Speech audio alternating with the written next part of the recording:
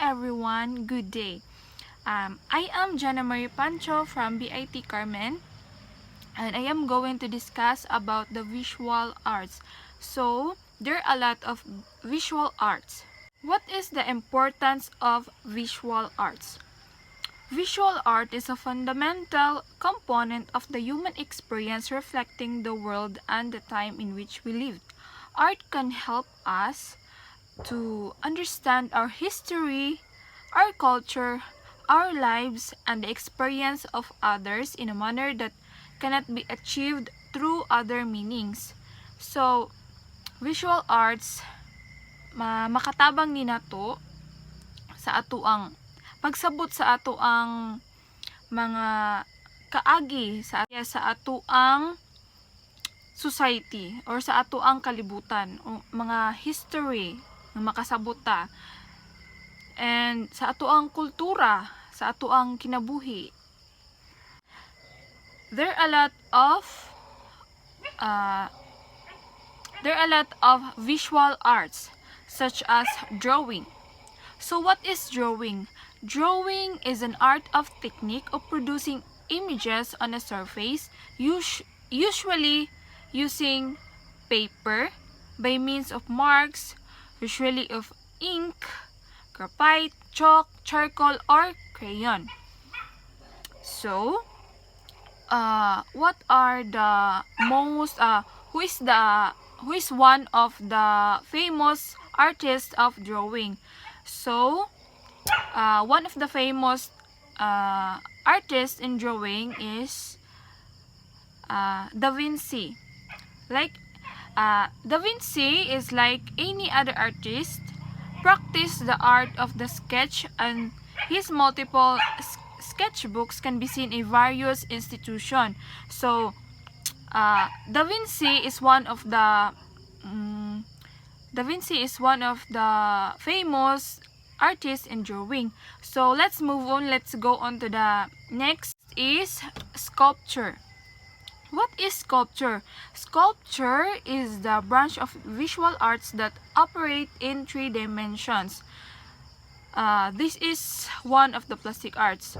Durable sculpture processes originally using carving and modeling in stone, metal, ceramics, wood, or other materials, but since modernism, there has been an almost complete freedom of materials and process. So makakita mo ning example aning sculpture is kanang ka Jose Rizal nga kanang rebulto muna ka 3 dimension mo na siya example na siya sa sculpture. So, what is the importance of sculpture? It is an important form of art because it exceeds the limitation of 2D art. This helps artists express themselves in other creative ways. So, dili lang ta puro na lang drawing nga kanang murag sa flat ra jud siya nga makita nato. Kaning sculpture, gihimo ni siya sa mga artist para dili lang kuan ana ba kanang napoy makita na ay likod, na ay kilid, na ay atubangan mo na siya. In history, sculpture was used to appreciate the human life more. It was used to honor heroes and a lot of times displayed social status. Yes, mao ni siya ang kasagarang gigamit karon nga gigama karon nga kanang pareha lagi ka Jose Rizal nga mga kuan kuno kanang pagdispag honor kuno sa mga heroes nato diri kanang ka Lapu-Lapu, ka Magellan, ka kuan kanang atong Ginoo si Jesus Christ. Usa na siya sa sculpture, di ba? Kuan kayo ang nahimo sa art. Famous artist in sculpture is are Rodin, Michelangelo, Donatello. These 3 are the names of innovative visionaries behind some of the greatest sculpture in art history. So here are their work. So grabe kayo no. Grabe kay sila ka mao mo kuan mo sculpture. So, let's move on. Let's go on to the painting. So, what is painting? So, kumuna kayo no, painting, paint, good, ana, kanang. So, ang painting is the expression of ideas and emotions with the creation of certain aesthetic qualities in two-dimensional visual language. So, mura po ni siya drawing nga two-dimensional. So, ang kani, the elements of this painting are shapes, lines, colors, tones, and texture. These are used in various ways to produce sensation of volume, space, movement, and light of the flat surface. So, what is the importance of painting? Painting boosts self-esteem and inspire people to reach new levels of skills. Painting also produces a relaxing, open environment where artists feel safe to explore their own creativity. So, kaning painting makarelax kuno ni nato sa ato ang hunahuna.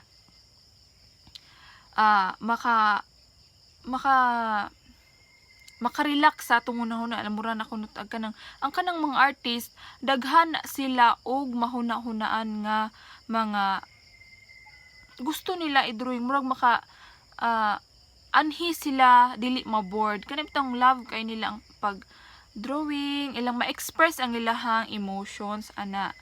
So muna siya kuan important sa painting, ma-express ang imuhang emotions.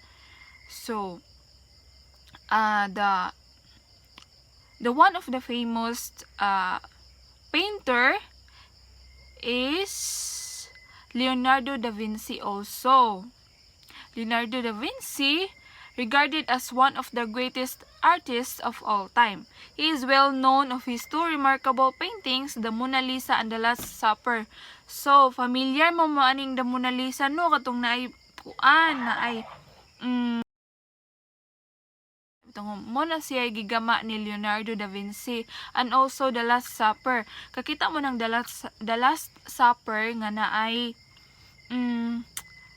kana bitong naglumbay bitaw sila, nasa tunga si Jesus, naglumbay sila, mao na ang muna ang gigama ni Leonardo da Vinci, gipaint ni Leonardo da Vinci. So let's move on. Let's go on to the next visual arts, which is the photography. So photography is an art. Yes, photography is an art, application, and a practice of creating durable images by recording light, either electronically by means of an image sensor or chemically by means of a light-sensitive material such as photographic film. So, what is the importance of photography? The purpose of photography is to communicate and document moment in time. So, karon nga panahon no, daghan na kay tag mga cellphone. So, ang kaning cellphone, sa una nga panahon, wa pa ni ato ang mga cellphone ron. Karon na ni atong cellphone nga pwede na ta mo capture every moment nga gusto nato. Muna siya, ang purpose sa photography is to communicate and document moments in time. So, i-document na to, parehagod na ng kuan kanang kanang magkuan ta og documentation ha nga nagkuan ta ana sa eskwelahan. So muna siya gamit sa photography. When you take photograph and share it with others, you're showing a moment that was frozen through a picture. So picture na lay balikan na to ani guys. Picture na lang pwede balikan kay ang kani kunong picture na to mo frozen ra kuno na siya.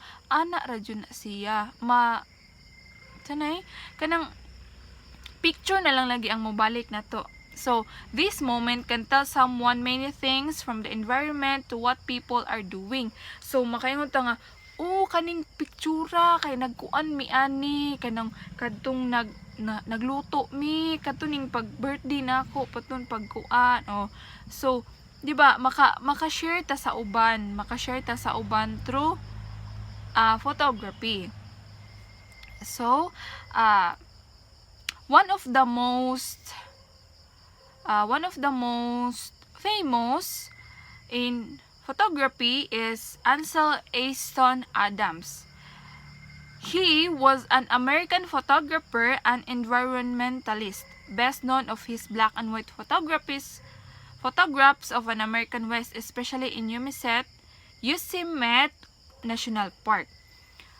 So, Ansel Easton Adams was an American photographer known with his black and white photographs. So, let's go on to the next visual arts that we're going to tackle here is that film. So, what is film? Film is also has the power to recreate dreamlike effects and to make a big impression on us through its glamour and immediacy. So kaning film mura ni siya og mag-storytelling pud siya. Murag unsa na siya murag dreamlike ba, mura og kanang tinuod nato nga murag mag-story gyapon na nato nga nag-act sila. Mo na siya kuan.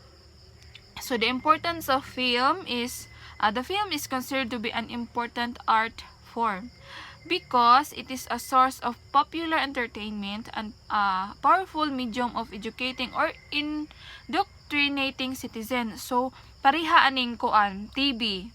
So, nag-entertain ni nato daghan kayo og film aning atong TV matulang ta sa na siya. BPO. BPO ba? Basta kay kanang nasa mga kuan nga PBO ba na? Basta kay, ano na siya guys, kanang nadto ang mga salida nga mo entertain nato bisan gug kanang mga kuan. The visual basis of film gives an universal power of communication. So maka-communicate kay punta kay unsay ilahang kuan murag makakat-on ta ba og unsay nay message nga gustong ipaabot nato nga mga viewers gikan sa film. So dili naman po na sila magama og film kung walay meaning or walay makatunan ang mga tao. So the purpose sa film is to entertain people. So one of the most famous filmmaker is Eddie Romero. Eddie Romero is such an influence, he has been named a national artist of the Philippines in 2003. His work produced such powerful genre, even famed foreign director Quentin Tarantino has drawn inspiration in Romero's Twilight People. So, Eddie Romero was named national artist. So, he was named as the national artist of the Philippines in 2003. So, let's go on to the printmaking. What is printmaking? So, na-appeal din yung printmaking sa visual arts ha. Ang printmaking is the process of creating artworks by printing, normally in paper, but also on fabric, wood, metal, and other surfaces. So, kaning printmaking, pwede na sa una nga panahon, sa karon nga panahon, kuan na kaayo ka ng perti na kaayo ka high-tech kay pwede na nato i-print sa baso. Pwede kita magbutang og balita sa baso, di ba? Print. Pwede na siya sa nina. Pwede sa fabric, sa wood, sa metal, pwede na kaayo. So, what is the importance of printmaking? So, printmaking was revolutionary because it made it easier for artists to express their art more to the audience. A way to duplicate things instead of redoing it from scratch, a way for artists to expand their imagination and mind. And it was easier for the people to obtain their art. So, sayon ra ko nun kay mag-print ra ka. Muna siya magkuan ka na mo express ang ilahang ilang talent, ilang art. So, sa mga tao. So, 'di ba? Sayon ra kaayo og magkuan taning printmaking. duplicate things instead of redoing it from scratch. Kanang mga kuan lang kuno, kanang kaysa kuno magsigira kuno sila balik-balik o gama ato sa scratch. So, the one of the famous one of the printmaking artists is Radin Saleh. So, ang gigama ni Radin Saleh is A Flood on Java. So, makakita mo aning kuan. Ako lang butang diri ang picture sa A Flood on Java. So, A Flood on Java is in 1865 to 1876 is a lithograph by Dutch East Indies artist Radin Saleh. So, that's all my report. I hope you understand. Thank you.